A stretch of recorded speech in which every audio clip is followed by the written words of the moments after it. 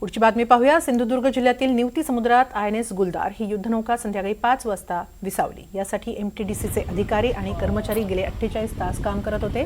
48 तासांच्या प्रयत्नानंतर ही युद्धनौका खोल समुद्रात विसावली।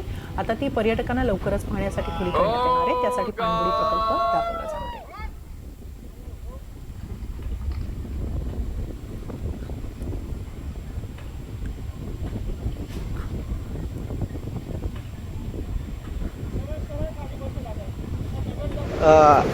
INS गुलदार ही युद्धनौका समुद्रतळाशी आत्ता एक थोड्या वेळापूर्वीच आम्ही जसं सांगितलं होतं मगाशी काही बातम्या प्रसिद्ध झाल्या होत्या, त्या चुकीच्या होत्या आणि त्याचं खंडन करण्यासाठी म्हणून एक 15 मिनटापूर्वीच आमची जी आमच्या ह्याच्याप्रमाणे ही INS युद्धनौका ही समुद्रतळाशी स्थापित झालेली आहे।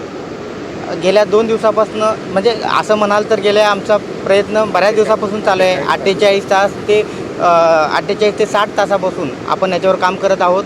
समुद्रातील वातावरण, खवळलेलं वातावरण आणि तिथली परिस्थिती याच्यानुसार हे आत्ता एक थोडा वेळापूर्वी म्हणजे एक 5च मिनटापूर्वी समुद्रतळाशी व्यवस्थितरित्या INS गुलदार ही स्थापित झालेली आहे।